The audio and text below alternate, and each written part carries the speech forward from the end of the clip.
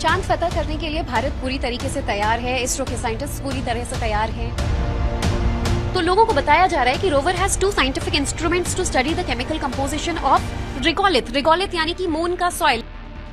ये लेजर के जरिए वहां मौजूद एलिमेंट्स के बारे में बताएगा कि आखिर वहां पर हाइड्रोजन, ऑक्सीजन कितनी मात्रा में मौजूद हैं और क्या क्या एलिमेंट्स वहां पर हैं। We know that there is life existing on Earth, and the characteristic of this atmosphere as seen from outside, once we come to know about it, that data can be used and later on to see if there is life on other planets.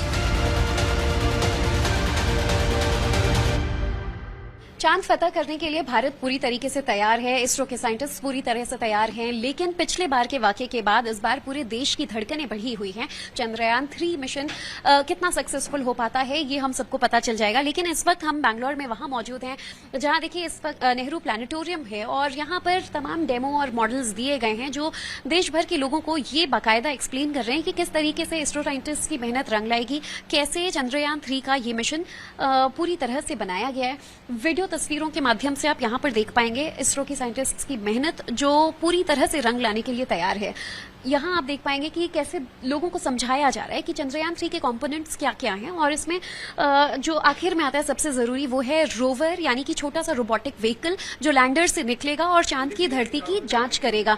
तो लोगों को बताया जा रहा है कि rover has 2 scientific instruments to study the chemical composition of regolith. Regolith यानी कि मून का सॉइल, लूनार सॉइल जो होता है उसकी स्टडी करने के लिए रोवर को तैयार किया गया है।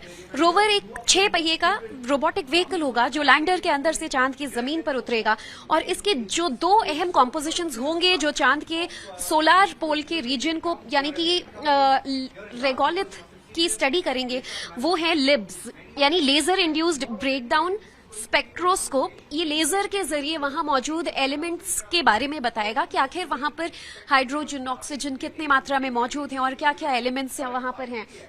और APX यानी कि अल्फा पार्टिकल एक्सरे स्पेक्ट्रोमीटर जो कि वहां मौजूद हर एलिमेंट को स्कैन करेगा बाकायदा, जैसे कि एक एक्सरे लिया जाता है और ये डिटेल सैटेलाइट के जरिए, एंटेना के जरिए जो है वो धरती तक, इसरो तक पहुंचाए जाएंगे। और इसीलिए रोवर के कंपोनेंट समझना जरूरी हो जाता है कि रोवर में आप देखिए यहाँ पर ये जो एंटेनाज लगे हैं इसके माध्यम से सिग्नल भेजे जाएंगे। रोवर का एक सोलार पैनल रहेगा जिससे कि वहां पर मौजूद सूर्य की किरण थोड़ी बहुत जो आ रही होगी उससे वो पावर जनरेट करेगा और उनके नेविगेशन कैमरास हैं जो नेविगेट करेंगे कि कहाँ क्रेटर है, कहाँ उन्हें आगे बढ़ना है, कहाँ पर क्या चीज मौजूद है। और साथ ही 6 वो अहम पहिए जो कि एक व्हीकल की तरह, छोटी गाड़ी की तरह ये चांद की धरती पर आगे बढ़ेगा।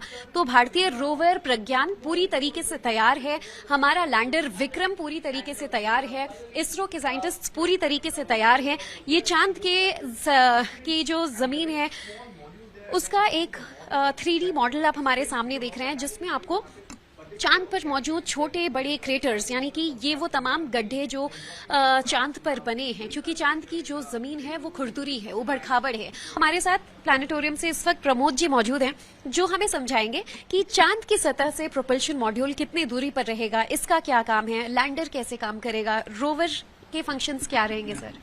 Currently, it is in 25 to 150 kilometer orbit and moving at a speed of something like 6,000 kilometers. अभी 25 किलोमीटर के ऑर्बिट में है। Not one side it is 25, other is 150. Okay. Okay. When it is close, then they will be firing the thrusters of this to reduce the speed. Now, the challenge in front of ISRO is to bring this 6,000 kilometer speed module to 0. Okay. That should happen in 17 minutes. That is the biggest challenge. So initially they'll bring it to something like 1,300. Okay. Then they take a break and check if the terrain is what they have chosen. Okay. Later on, from 1,300 they still bring it down. Okay, to 0. Then it will be hovering there like a helicopter. Then they bring down to about 150 meters. Then the hazard avoidance camera will take a look at it and see if there are any boulders, craters or very serious slopes. Post that, if nothing of like that is there, then the lander will land there. If it finds that the land is not suitable, then it will move away by about 150 meters. Okay, look for a different place, safe place, and it will land there. और safe place ढूंढने के लिए पिछली बार के मुकाबले इस बार जो landing की जगह है वो भी बहुत बड़ी कर दी गई है, 4 into 2.5 kilometers. Yes, that is right. Last time it was only 500 meters. It was a very tight this one for it, because it could not go beyond that. Okay. But this time, the margin of this one they have given is more. The area given is more, so the chances of success it going there is more. Then there are many redundancies built in it. There are several altimeters, several cameras. So even if one fails, the other will take over. And again, the lander has been built in such a way, out of the 4 engines, even if only 2 engines are working, even then it will land.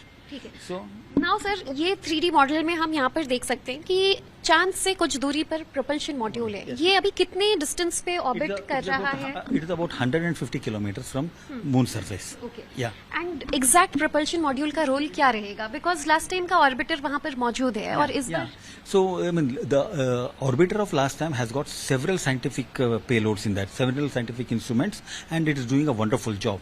Because it is already there, this time's module, it is not having many scientific modules. It has got just one module which actually studies the atmosphere of Earth from space. Okay. Because we know that there is life existing on Earth, and the characteristic of this atmosphere as seen from outside, once we come to know about it, that data can be used and later on to see if there is life on other planets. Okay, it will be very useful for So that. propulsion module will also help to establish the communication between the lander rover and Earth. Yes, that's true. Yeah. Okay. So, I mean, the propulsion model also does that, and directly also it can communicate, and Chandrayaan 2 is also helping doing that. Okay, Yes. perfect. And sir, so now this is the rover which we can see. यहाँ पर this is the rover. आप हमारे दर्शकों को बताइए कि कैसे ये जो हम मॉडल देख रहे हैं, इसके व्हील्स को इस बार स्ट्रॉन्ग, इसके लेग्स को स्ट्रॉन्ग किया गया है. क्या क्या चेंजेस इसमें किए गए हैं लास्ट टाइम से? So there are several changes that they have made. One is the legs have been made stronger, okay, much stronger than last time, and they have incorporated many instruments in this and sensors in this. More cameras are there, more sensors are there to build in redundancies, and also the hazard avoidance camera is there, okay, to avoid the hazards and all. So lots of things have gone into this. Yeah. 21 changes like that. Yes. Yeah. And ये rover है, अगर आप देख पाए, जो lander से निकलेगा, जब लैंडर सफलतापूर्वक चांद की सतह पर लैंड कर जाएगा, ये जो इसके पैनल्स हैं ये खुलेंगे और उसमें से 6 पहिए का 27 किलो का ये रोवर बाहर निकलेगा, जिसमें सोलर पैनल्स लगे हुए हैं और सूर्य की किरणों की मदद से पावर लेते हुए ये रोवर चांद की सतह पर ऐसे आगे बढ़ेगा. चांद की मिट्टी, चांद के जमीन में मिलने वाले मिनरल्स, चांद के इन क्रेटर्स, इन तमाम चीजों की जांच इस रोवर द्वारा की जाएगी, जिसकी जानकारी हमें प्रमोद जी दे रहे थे. It has got 2 scientific instruments using which it is going to measure the composition of the lunar surface, the sand there, and also their percentage. Each element, how in what percentage it is there. So that is going to do a very important study. So rover में AI है, उसको feed कर दिया गया है कि कैसे जांच करनी है सारी. Yes, everything has been programmed. Yeah, automated, and all the information has been fed to it, what it has to do, when, what, and all. So it will automatically do those things. It will do it for 15 days, which is one lunar day. One lunar day. Yes. Sir, because all the changes have been made and this is a failure-based model, क्या इसरो को थोड़ा सा डर है Luna 25 के बाद कि कहीं कुछ गड़बड़ हो सकता है लास्ट में?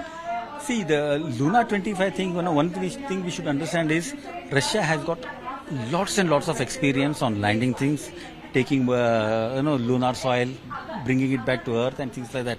And agency which has got so much experience, if that can fail, okay, that is there. But we also should remember that ISRO has put in 4 years of effort. They have done all possible type of tests, and I am very confident that it will happen. Thank you Pramod ji हमसे बातचीत करने के लिए.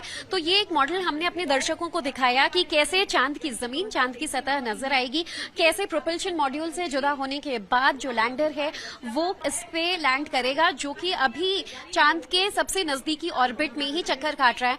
और ये rover का model जो है वो कुछ इस तरीके से होगा, जो इसी लैंडर में से बाहर निकलकर एक रोबोटिक व्हीकल है ये, जो लैंडर पर हर एक तरीके से साइंटिफिक जांच करेगा और हर जांच करने में ये सक्षम है, क्योंकि इसमें तमाम ऐसे सॉफ्टवेयर्स डाले गए हैं, इसे ऑटोमेटेड कर दिया गया है, जिससे कि ये वहां के पत्थर, वहां की जमीन, धरती पर मिलने वाले एलिमेंट्स और चांद का जो सॉइल है उसकी वो बारीकी से पड़ताल कर सके। लैंडर की और रोवर की जो वहां पर लाइफ होगी वो 14 दिन की होगी, जो कि एक लूनार डे के बराबर होता है। और देखिए, चांद का जो ये सरफेस है, उबड़ खाबड़ लैंडिंग पैच में सबसे बड़ा चैलेंज होगा हमारे लैंडर के लिए सुरक्षित जगह ढूंढकर अपने लैंडर को लैंड करना और रोवर का बाहर निकलकर आगे बढ़ना। और ऐसे में जो हजार्ड अवॉइडेंस कैमराज होंगे उनका काम होगा कि वो मून की इसी सतह पर सबसे सुरक्षित जगह ढूंढ सके।